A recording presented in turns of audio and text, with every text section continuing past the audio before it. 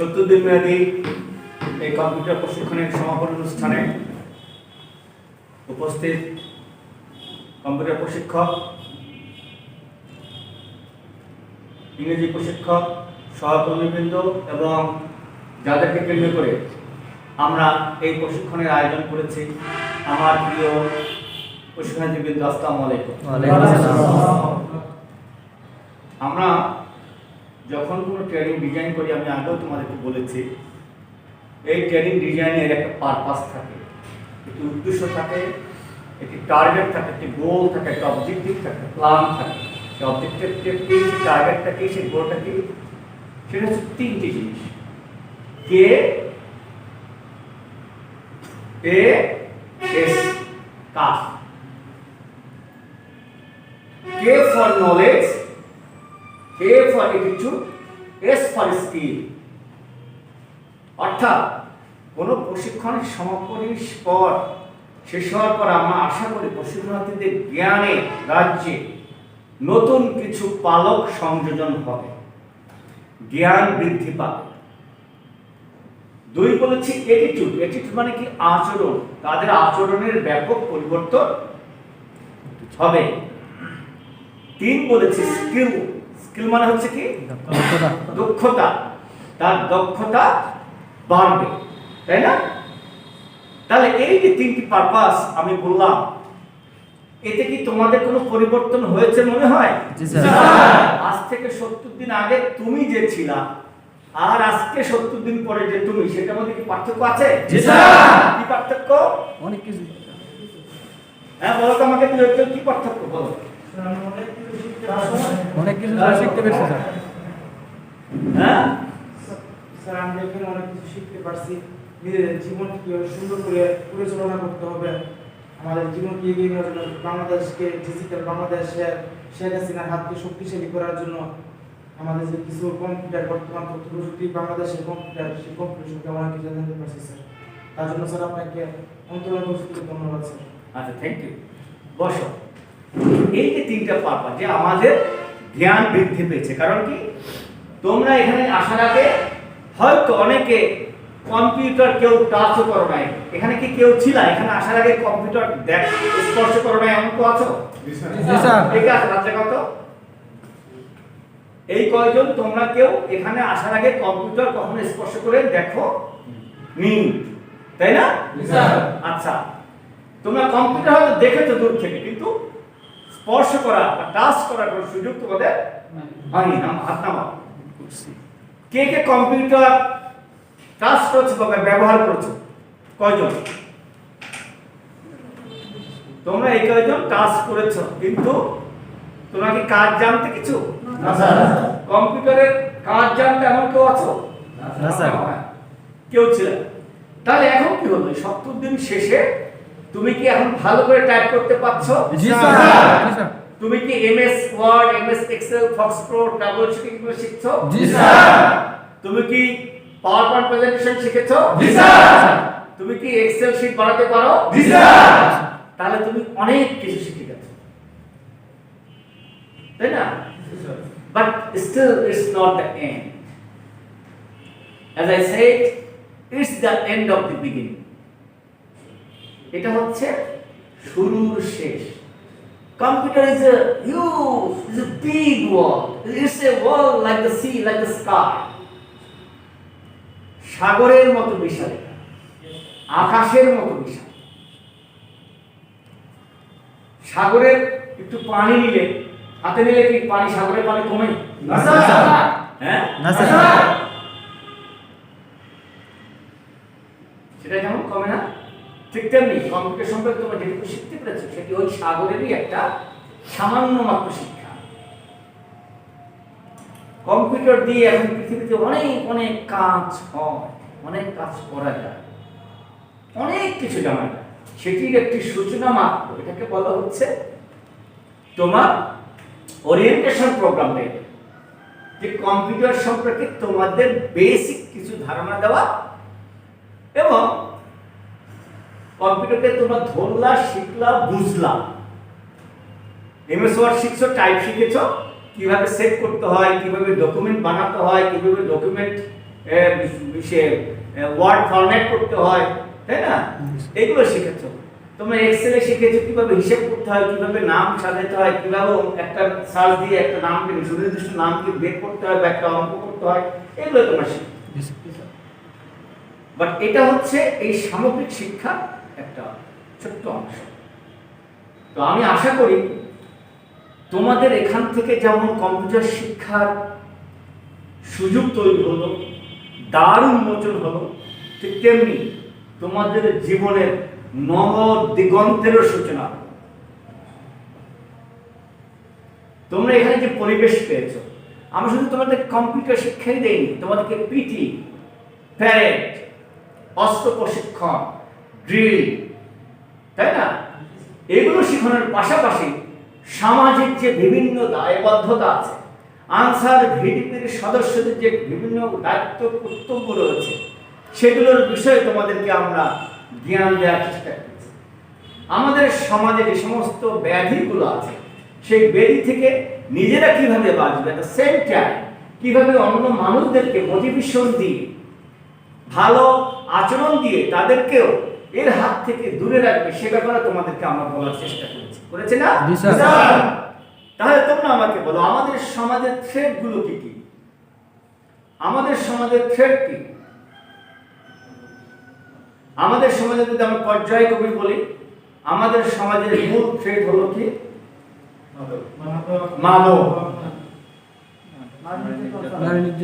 নারী নির্যাতন, বাল্য বিবাহ, যৌতুক, দুর্নীতি, স্বজন প্রীতি, তাই না? তারপর হচ্ছে কার কি? শিশু শ্রম, আর কি আছে? চাঁদাবাজি, আর কি আছে? গিফটিং আছে না? হ্যাঁ, ধর্ষণ, ভেরি গুড, ধর্ষণ, আর কি আছে? ঘুষ, সেটা তো বলছি, ঘুষ দুর্নীতি বলছেন। আর কি আছে বলো? ফ্রড, ফর্জারি, জাল জালিয়াতি, তাই না? তাহলে 1971 সালে যে বাংলাদেশে জন্ম লাভ হয়েছিল, 30 লক্ষ শহীদের আত্মত্যাগের বিনিময়ে, 2 লক্ষ মা বোনের ইজ্জতের বিনিময়ে, সেই বাংলাদেশে আমাদের মহান মুক্তিযোদ্ধারা, আমাদের জাতির জনক, হাজার বছরের শ্রেষ্ঠ বাঙালি মুক্তি সংগ্রামের মহানায়ক, আমাদের স্বাধীনতার মহান স্থপতি বঙ্গবন্ধু শেখ মুজিবুর রহমান এরকম বাংলাদেশে কিন্তু স্বপ্ন দেখেনি যে বাংলাদেশে ঘুষ থাকবে, যে বাংলাদেশে দুর্নীতি থাকবে, যে বাংলাদেশে নারী নির্যাতন থাকবে, যে বাংলাদেশে ধর্ষণ থাকবে, যে বাংলাদেশে হানাহানি থাকবে, যে বাংলাদেশে ঠকযোগ্য থাকবে, তাই না? এখানে একটা শান্তি, সম্প্রীতি, ভালোবাসার বন্ধনে আবদ্ধ একটি দেশ হবে, এটাই ছিল তাদের স্বপ্ন। এবং সেখানে মানুষ মোটা ভাত, মোটা কাপড় পরে সুখে শান্তিতে সম্প্রীতির মাধ্যমে একই সুরে বসবাস করবে, তাই না? বাট আমাদের কিছু অত্যন্ত খারাপ মানসিকতার মানুষগুলো এদেশের শান্তি বিনষ্ট করার চেষ্টা করছে, তাই না? কিছু কিছু, এই যে এখানে একজন আছে, কিছু কিছু লোক আছে যারা ইসলামের নামে অপব্যাখ্যা দিয়ে সমাজ এবং রাষ্ট্রে বিভ্রান্তি ছড়ানোর চেষ্টা করছে। ইসলামকে বলা হয় কমপ্লিট কোড অফ লাইফ, পরিপূর্ণ জীবন বিধান। ইসলামকে বলা হয় শান্তির ধর্ম, যে ধর্মের মধ্যে কোন রকম অশান্তি, কোলাহল, নির্যাতন থাকবে না। আমাদের প্রিয় নবী হযরত মুহাম্মদ মুস্তাফা সাল্লাল্লাহু আলাইহি ওয়াসাল্লামের জীবন ইতিহাস যদি আমরা পর্যালোচনা করি, তাহলে আমরা দেখতে পাবো কি? আমরা দেখতে পাবো যে তিনি, তাকে বলা হতো কি? আল আমিন। আল আমিন মানে বিশ্বাসী। উনি কি বিশ্বাসী ছিলেন শুধু মুসলমানদের কাছে? ওটা বিশ্বাসের কাছে। হ্যাঁ, ওটা কি বলে?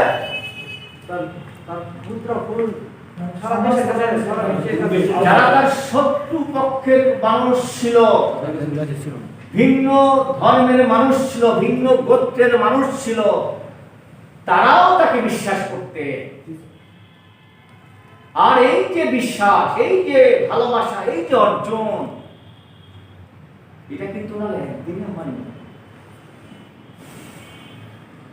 শত্রুপক্ষের লোক ওনাকে হত্যা করতে এসছে, ওনার আচরণে, ওনার মায়ায়, ওনার মমতায়, ওনার ব্যবহারে, ওনার মধুর কথায় মুগ্ধ হয়ে সাথে সাথে সেখানে ইসলাম ধর্ম গ্রহণ করেছে। উনি কি তাদেরকে জোর করেছে? না। উনি কি তাদেরকে প্রথম হত্যা করতে চেয়েছে? না। মেরেছে? না। উনি কিভাবে আলামিন হলেন এগুলো আমাদের দেখতে হবে। তাহলে যে লোকটা আমাদের প্রিয় নবী সাল্লাল্লাহু আলাইহি ওয়াসাল্লাম, তিনিও যে যুদ্ধ করেন না তা কিন্তু না। উহুদের যুদ্ধেরও আছে, খন্দকের যুদ্ধ আছে, তাই না? উনি কিন্তু যুদ্ধ করেছেন ওনার সাহাবীদের নিয়ে। কেন করেছেন? উনি দেখেছেন যে যখন আর কোনো কিছু বিনিময়ে সম্ভব না, ওনার উপর অতর্কিত হামলা হচ্ছে, ইসলামকে ধ্বংসের পায়তারা হচ্ছে, চেষ্টা করছে, যখন আর কোনো উপায় ছিল না, তখন উনি বাধ্য হয়ে কিছু কিছু ক্ষেত্রে যুদ্ধে অংশগ্রহণ করেছে। কিন্তু আমাদের সমাজে এখন কিছু কিছু ধর্ম ব্যবসায়ীদের মুখে কি শুনি, আপনারা দেখলে দেখবেন আমার খুব খারাপ লাগে। বিভিন্ন হুজুর ওয়াজ মাহফিলে মাহফিল করে না? জি স্যার। দেখেছেন? ওই যে বড় সুন্দর চেয়ারে বসে বা সোফাতে বসে তারা এমন ভাবে গলা চিৎকার করে, এবং চেয়ার থেকে অনেক সময় উঠে যায়, চিৎকার করে কিভাবে বিশ্রী ভাষায় কথা বলে, এবং কোনো হচ্ছে কেউ দেখি কোনো ওয়াজ মাহফিল দেখি গানও গায়। দেখেছেন আপনারা? জি স্যার। গানও গায়, দেখছি স্যার। আবার বিশ্রী ভাষায় অচর্চা পরনিন্দা করে, একজনের সঙ্গে বিচ্ছিন্ন ভাষায় গালাগালি করে, আরেকজনকে ছোট করার চেষ্টা করে, তাই না? আরেকজনকে সে এই মানে এমন সব কথা বলে যাতে সমাজে একটা বিভ্রান্তি তৈরি হয়, একটা মারামারি তৈরি হয়, একটা সন্ত্রাস তৈরি হয়, জঙ্গিবাদের একটা উদ্বেগ তৈরি হয়। এরকম কাজ করে। ইসলামে কি জঙ্গিবাদের স্থান আছে? না স্যার। ইসলামে কি ফিতনা ফাসাদের স্থান আছে? না স্যার। ইসলামে কি উদ্ভট, উচ্ছৃঙ্খল এবং পরচর্চা পরনিন্দার স্থান আছে? না স্যার। তাহলে এগুলো কে করছে? এগুলোই করছে আমাদের কিছু একদম মৌলবাদী কিছু হুজুর, বড় বড় জুব্ব পরা, মহালালা টুপি পরা, দাড়িওয়ালা হুজুর টাইপের লোকজন ওয়াজ মাহফিলে এগুলো করছে না? এটা বলে কি ইসলাম বড় হয় না ছোট হয়? এগুলো আমাদের নবী করিম সাল্লাল্লাহু আলাইহি ওয়াসাল্লামের আসল ইসলাম নয়। এগুলো আমাদের বুঝতে হবে। পাশাপাশি আমাদের সমাজে যে একটি কিছুদিন আগেও ছিল এবং এখনো কোথাও কোথাও হঠাৎ করে ঘটছে ধর্ষণ, এই বিষয়ে তোমাদেরকে যারা আনসার বিএনপির সদস্য, তোমাদেরকে সজাগ সচেতন থাকতে হবে, তাই না? জি স্যার। সরকার দেশের সর্বোচ্চ শাস্তির ব্যবস্থা করছে ধর্ষকদের বিরুদ্ধে, মৃত্যুদণ্ড, তাই না?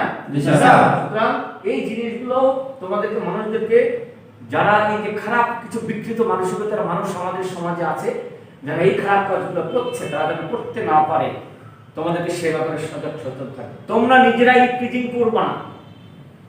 আমরা দেখেছি আগে, এখন স্কুল কলেজ বন্ধ, আমরা দেখেছি স্কুলের সামনে, বিশেষ করে মেয়েদের স্কুলের সামনে কিছু ছেলেপেলে, মুক্তি বয়সী ছেলেপেলে, তারা কোনাকাঞ্চিতে মোড়ে দাঁড়িয়ে একটা মেয়ে গেলেই তার সম্পর্কে একটা মন্তব্য ছুড়ে দেয়, একটা বিকৃত আনন্দ উপভোগ করে। অথচ ওই মেয়েটার মনের মধ্যে থেকে একটা শান্তি সৃষ্টি হয় না, কিন্তু সে কখনো চিন্তা করে। অনেক মেয়েরা এই জন্য স্কুলও বন্ধ করে দেয়। আমাদের দেশের অর্ধেক পুরুষ অর্ধেক নারী। এই দেশের সম্পূর্ণ অর্থনৈতিক মুক্তির জন্য আমাদের মাননীয় প্রধানমন্ত্রী যে ভিশন ডিক্লেয়ার করেছে, ভিশন 2021 এবং ভিশন 2041, সেই ভিশন বাস্তবায়নের জন্য আমাদের দেশকে একটা উন্নত, সমৃদ্ধশালী, সুন্দর, ডেভেলপ বাংলাদেশ করার জন্য আমাদের নারী পুরুষ সবাইকে সমানভাবে কাঁধে কাঁধ মিলিয়ে কাজ করতে হবে। শ্রদ্ধার আসনে বসে আমাদের মহান সংবিধানে আমাদের নারী এবং পুরুষের সমান অধিকার নিশ্চিত করার কথা বলা আছে। কিন্তু আমাদের কিছু পুরুষদের খারাপ আচরণের কারণে আমাদের অনেক সময় আমাদের নারীরা লাঞ্ছিত, বঞ্চিত, উপেক্ষিত হয়, আবার কখনো কখনো মানসিক এবং শারীরিক নিপীড়নের শিকার হয়। এই মানসিক এবং শারীরিক নিপীড়ন যাতে না হয়, তোমরা এখান থেকে যে শিক্ষা নিয়েছো কম্পিউটার শিক্ষার পাশাপাশি সেগুলোর ব্যাপারেও তোমরা কাজ করবে। আমরা আশরাফুল মাখলুকাত, সৃষ্টির শ্রেষ্ঠ জীব। আমি নিজে বাঁচবো, আমি নিজে খাবো, আমি নিজে পড়বো, এর মধ্যে কোনো মাহাত্ম্য নয়। মানুষ হিসেবে তাহলে আমি নিজেকে আশরাফুল মাখলুকাত বলতে পারবো না। আমি তখনই নিজেকে আশরাফুল মাখলুকাত বলতে পারবো যখন আমার দ্বারা শুধু আমি না, এই সমাজ, কিছু মানুষ, কিছু অসহায় বঞ্চিত উপেক্ষিত মানুষ, এই সমাজ, এই দেশ, এই রাষ্ট্র আমার দ্বারা, আমার কাজের দ্বারা উপকৃত হবে। আমি কিছু করতে পারবো, আমি কিছু দিতে পারবো। সেটা উপদেশ হতে পারে, শারীরিক শক্তি হতে পারে, কাউকে মাথায় হাত বুলিয়ে দেওয়া হতে পারে, কাউকে একজন বৃদ্ধ লোককে রাস্তা পার করে দেওয়া হতে পারে, তাই না? একজন মানুষকে একটু ডাক্তারের কাছে নিয়ে যাওয়া হতে পারে। বিভিন্ন ভাবে মানুষকে, সমাজকে, দেশকে, রাষ্ট্রকে সাহায্য করা যায়। আর সবচেয়ে বড় সাহায্য হচ্ছে, আমি যেটা তোমাদের কাছে চাই সেটা হলো তোমাকে সাহায্য করা, সেলফ হেল্প। ইংরেজিতে একটি কথা আছে যে self help is the best help. নিজের ফাউন্ডেশন, নিজেকে আগে সাহায্য করো। যেমন তোমাদেরকে বলেছি যে এখানে তোমরা এসছো, তোমাদের জীবনের নতুন দ্বার উন্মোচিত হলো। তোমাদের আর পিছনে ফিরে তাকানোর সুযোগ নাই। তোমাদের যে ডিটারমিনেশন যদি থাকে, তোমাদের যদি এইম থাকে, তোমাদের যদি টার্গেট থাকে, তোমার নিজের যদি আন্ডারস্ট্যান্ডিং থাকে, তোমার যদি ফার্ম বিলিভ থাকে, তোমাকে আর কেউ ছেড়ে দাবাই রাখতে পারবে না। তুমি একদম তরতর করে সামনে এগিয়ে যাবে। সেজন্য কি দরকার? দরকার হচ্ছে একটা মাত্র জিনিস, সেটা হলো কি? সেলফ বিলিভ, যে আমি পারি, আমি পারব।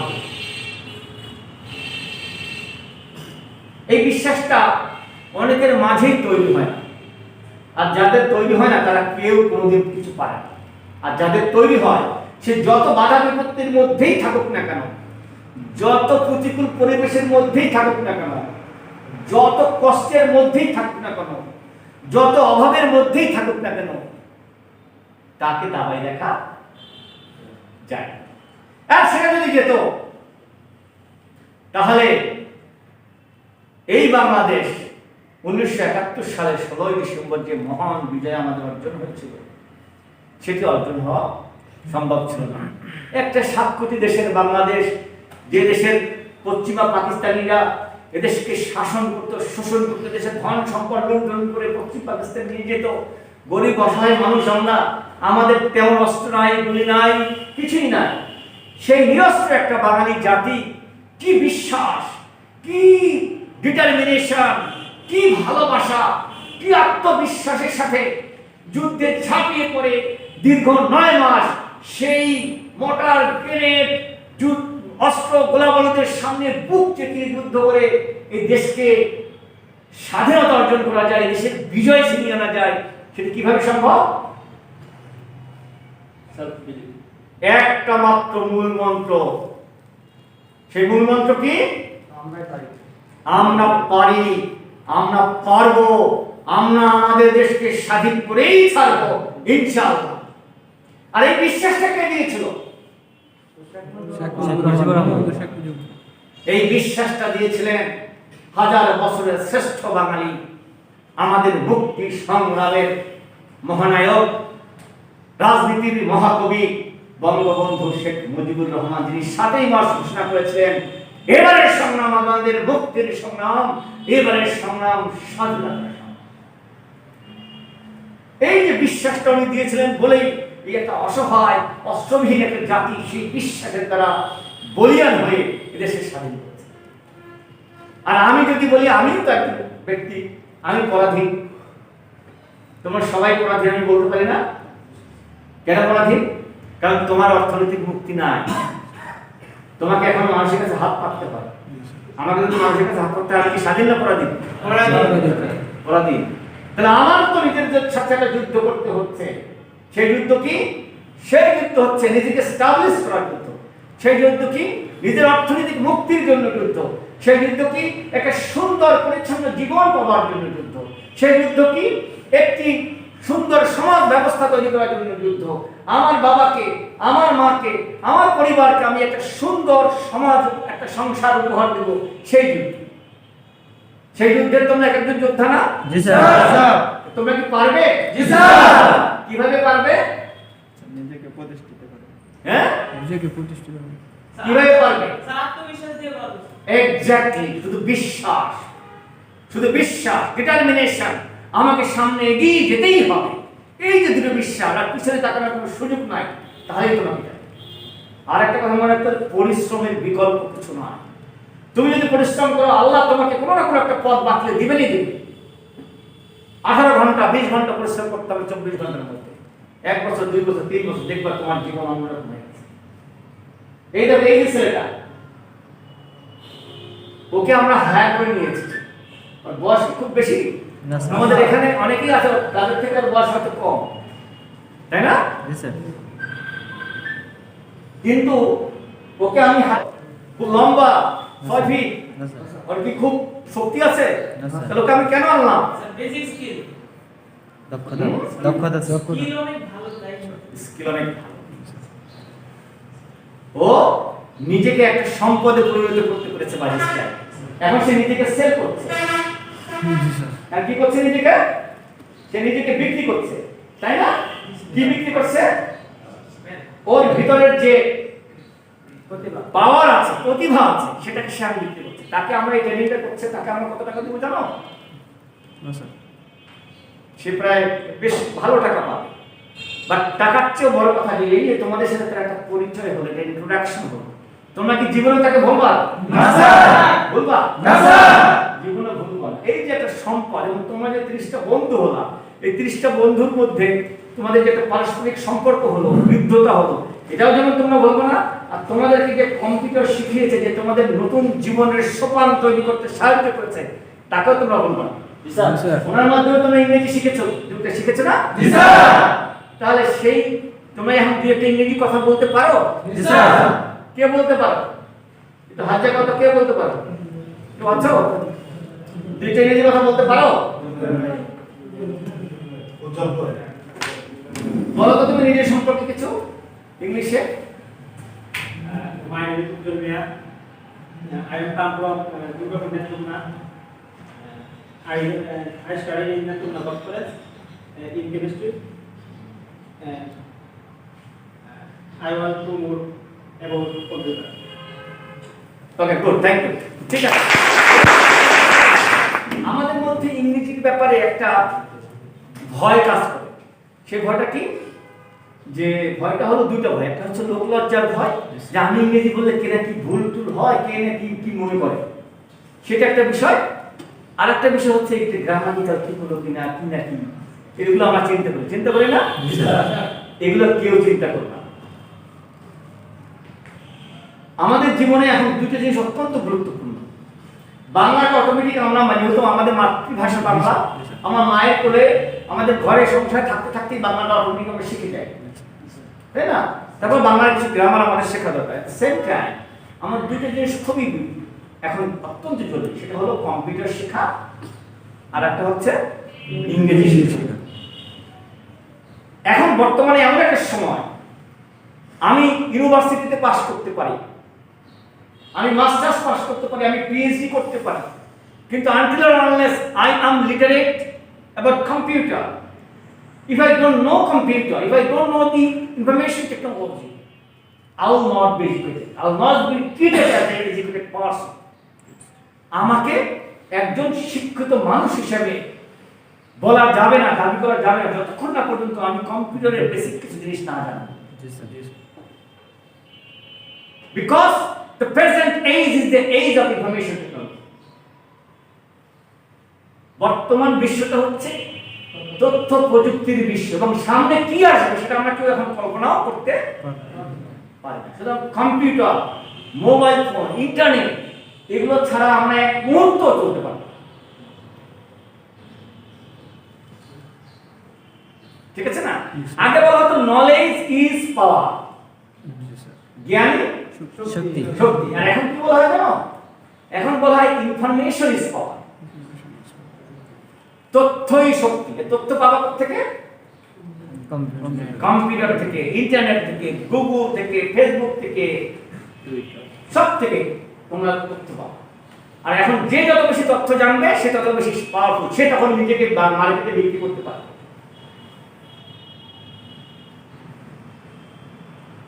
তাই না?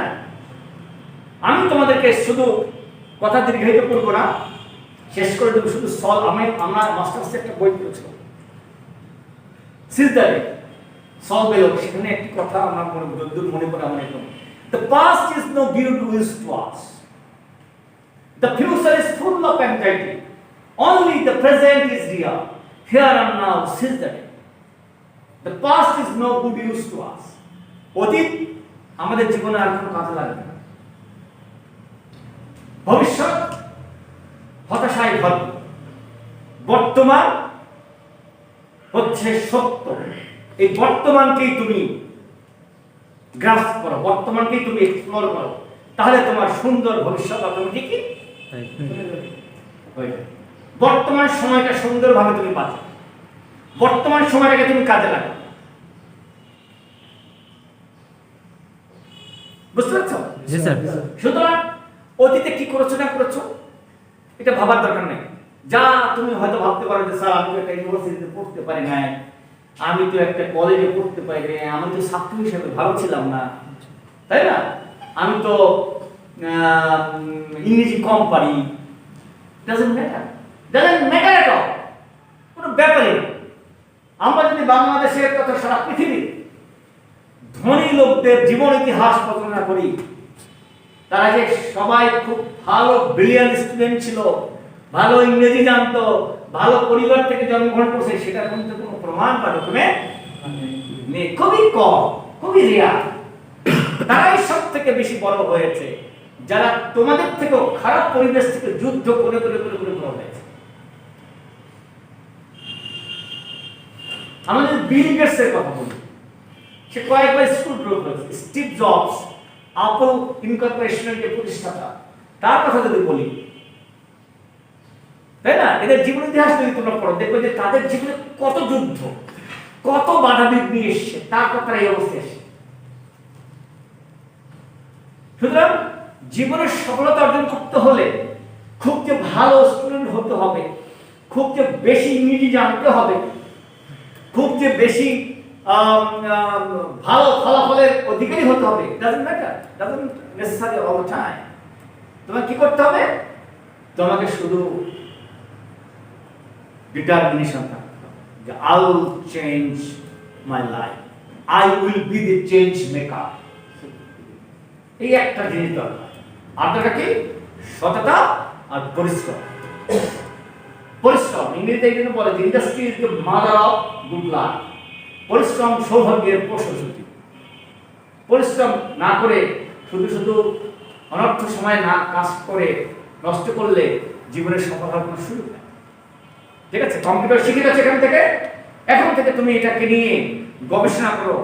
বাংলাদেশে কিছু কিছু ছেলেদের আমি কাজ দেখে অবাক হয়ে যায়। 8, 9, 10 বছরের একটা ছেলে, সে কম্পিউটারের গ্রাফিক্স ডিজাইন, সে বানাচ্ছে, সফটওয়্যার বানাচ্ছে, বিভিন্ন ধরনের সফটওয়্যার বানায়।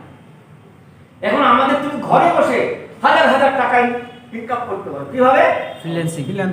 ফ্রিল্যান্সিং করে, তাই না? এত সুযোগ সুবিধা তৈরি হয়েছে। একটা মানুষ যদি সে নিজেকে পরাধীন না রাখে, একটা মানুষ যদি সে নিজেকে অসহায় না রাখে, একটা মানুষ যদি সে নিজেকে গরিব না রাখে, এখন আর গরিব থাকার কোনো সুযোগ নেই। বুঝতে পারছো?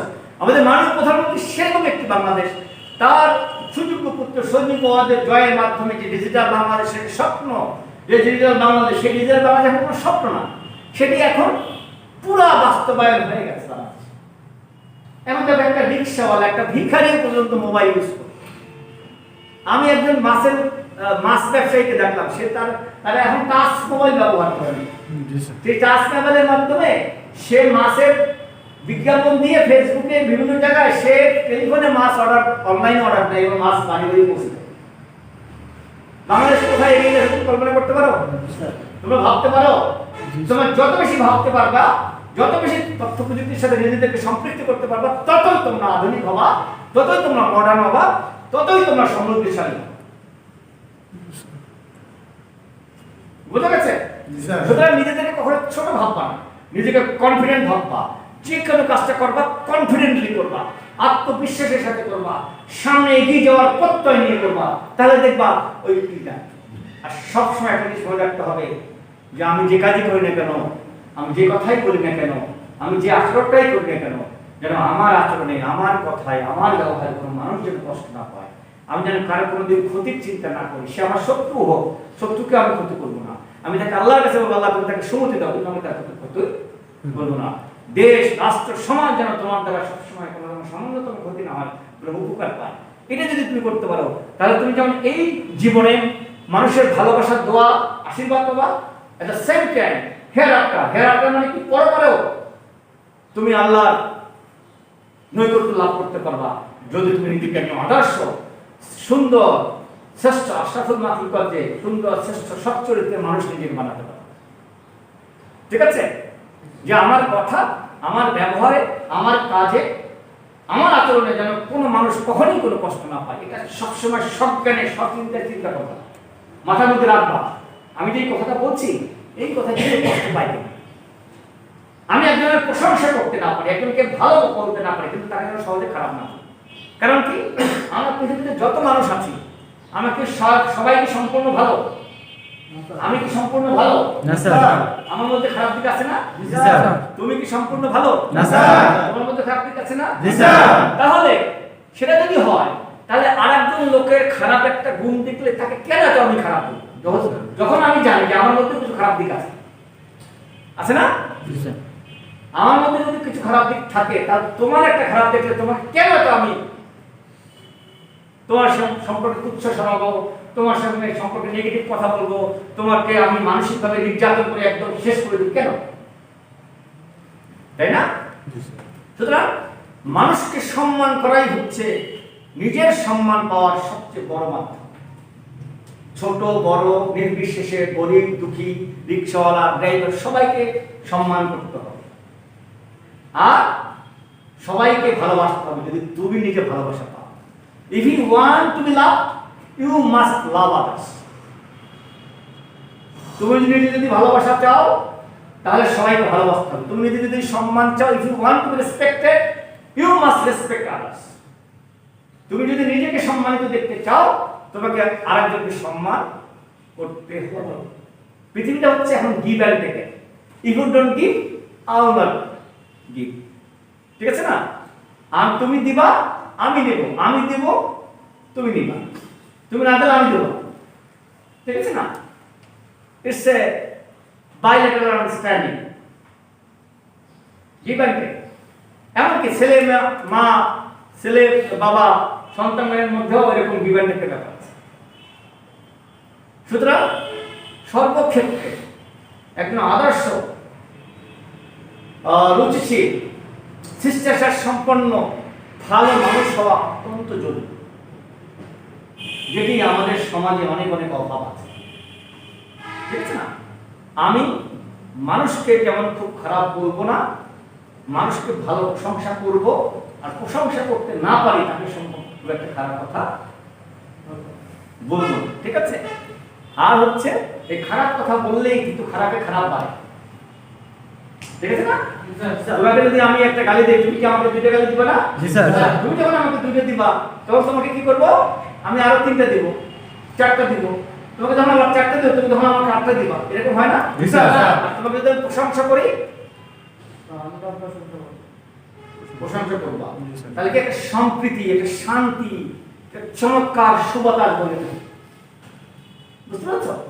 সুতরাং আমাদের পারিবারিক জীবনে, আমাদের ব্যক্তিগত জীবনে এরকম অনেক ঘটনা ঘটে। হঠাৎ করে মেজাজ খারাপ হয়ে যায়, হঠাৎ করে একজনের প্রতি খুব রাগ হয়, রাগ করে কখনোই রাগ করবা না। রাগ করবে না কেন? যে সবসময় তুমি জানবা, নিজেকে সবসময় বলবো আমি যে ওর উপর রাগ করছি, ও যে খারাপ কাজটা করছে, যে অন্যায়টা করছে, ওর উপর যে রাগ করছি, আমি তো এই খারাপ কাজ মাঝে মাঝে করি, আমার তো কিছু কিছু দোষ আছে, তাহলে আমি কেন রাগ করব? নো, ফরগেট আর ফরগিভ। কি করবা? ভুলে যাও। ফরগেট আর ফরগিভ মানে কি? ভুলে যাওয়া, ভুলে যাওয়া। ভুলে যাওয়া মাফ করা। এবং মাফ করা। ক্ষমা করে দেওয়া। ফরগেট আর ফরগিভ। বুঝতে পারছো? তাহলে দেখবে কি তোমার মধ্যে একটা শান্তি শান্তি ভাব বিরাজ করছে। তুমি যদি যখন কাউকে ক্ষমা করে দাও, ঘটনা যদি ভুলে যাও, দেখো তোমার মধ্যে একটা সুন্দর শান্তিময় পরিবেশ তৈরি করছে। আর তুমি যদি রাগ করে থাকো, মনে করো উনি আমার সাথে খারাপ কাজ করলো, ওনার সাথে আমার একটা খারাপ সম্পর্ক তৈরি করলো, তাহলে ঝগড়া হলো, এখন আমি এটা মনে মনে রেখে দিলাম, আবার উনিও রেখে দিল, আমার সাথে দেখা হচ্ছে বাট আমি কথা বলছি, তাহলে আমার কেমন লাগবে? খারাপ লাগবে স্যার। ওনার কেমন লাগবে? খারাপ লাগবে স্যার। আর ধরো মনে মনে একটু ঝগড়া হলো, বিপদ হলো, আমি কিছুক্ষণ পরে এই আসেন না, কি ব্যাপার না, চলেন একসাথে চা খাই, চলে ফরগেট আর ফরগিভ। আমি এটা ভুলে গেলাম এবং মাফ করে দিলাম, একসাথে বসে দুজনে চা খেলাম, আমার কেমন লাগবে? ভালো লাগবে স্যার। আমার কেমন লাগবে? ভালো লাগবে স্যার। তাহলে ভালো লাগা, ভালো সময় টাইম স্পেন্ড করা ইজ ভেরি ইম্পর্টেন্ট লাইফ। কারণ এই জীবনটা হচ্ছে ছোট্ট একটা জীবন, এই জীবনটা কখন শেষ হয়ে যাবে এটা কেউ জানে না, আল্লাহ ছাড়া, জানেন? না স্যার। সুতরাং এই ছোট্ট জীবনে যতটুকু কোয়ালিটি টাইম স্পেন্ড করা যায়, সেই হচ্ছে সবচেয়ে সার্থক মানুষ। যত বেশি কোয়ালিটি টাইম সে স্পেন্ড করতে পারবে, দ্যাট ডাজন্ট মিন যে তোমার অনেক অনেক টাকা হলে তুমি কোয়ালিটি টাইম স্পেন্ড করতে পারো। নো, কোয়ালিটি টাইম স্পেন্ড করা একটা ডিফারেন্ট ব্যাপার, টেকনিক্যাল ব্যাপার। সবসময় রাখতে হবে কি, আমি হাসি খুশি আনন্দে ফুর্তিতে মজায় থাকবো আর মানুষের উপকার করবো, তাহলে তোমার জীবনটা কোয়ালিটি টাইম স্পেন্ড হয়ে যাবে। বুঝতে পারছো? যাই হোক, আমি আর কথা দীর্ঘিত করবো না। তোমাদের এখান থেকে যে কথাটি আমি আগেও বলেছি, এখান থেকে নবযাত্রার সূচনা হোক, তোমরা আদর্শ মানুষ হও, দেশের সম্পদে পরিণত হও, এক একজন কম্পিউটারের বিশেষজ্ঞ হও। এখান থেকে সেই যাত্রা শুরু হলো রবার্ট ফ্রস্টের ভাষায়, the woods are fresh, dark and deep, I have promises to keep, miles to go before I sleep. তোমাকে অনেক অনেক দূর যেতে হবে শেষ নিঃশ্বাস ত্যাগের আগে। সেটা মনে রাখো, সেই বিশ্বাসটা রাখো, দেখবা তুমি একজন দেশের, পরিবারের, সমাজের এবং নিজের কাছে একটা রিসোর্সফুল পার্সনের পরিণত হবা। তোমাদের সবাইকে ধন্যবাদ। বাংলাদেশ চিরজীবী হোক, আনসার এবং গ্রাম প্রতিরক্ষা বাহিনী চিরজীবী হোক। আরেকটা কথা বলে বিশেষভাবে ধন্যবাদ জানাই আমাদের ইংরেজি প্রশিক্ষক, উনি অত্যন্ত আন্তরিক। মানুষের জানার বা শেখার লিমিটেশন আছে, আমি সবকিছু জানবো এটা যেমন আশা করা ঠিক না, সবকিছু সুন্দরভাবে পারবো সেটাও আশা করা ঠিক না। কেউ কম জানে, কেউ বলবে, বাট একটা জিনিস যদি থাকে যে সে অত্যন্ত সিনসিয়ার, অত্যন্ত কমিটেড, অত্যন্ত ডেডিকেটেড, তাহলে কিন্তু এই জিনিসটাই আমার সবচেয়ে বেশি দরকার। তা আমার কাছে মনে হয় যে উনি অত্যন্ত সিনসিয়ার ছিল কিনা বলো? চেষ্টা করেছে কিনা? উনি কি তোমাদেরকে আপনার চেষ্টা করেছে? জি স্যার। তাহলে ওনাকে ধন্যবাদ দেওয়া যায়? জি স্যার। ওনাকে একটা হাততালি দেওয়া যায়?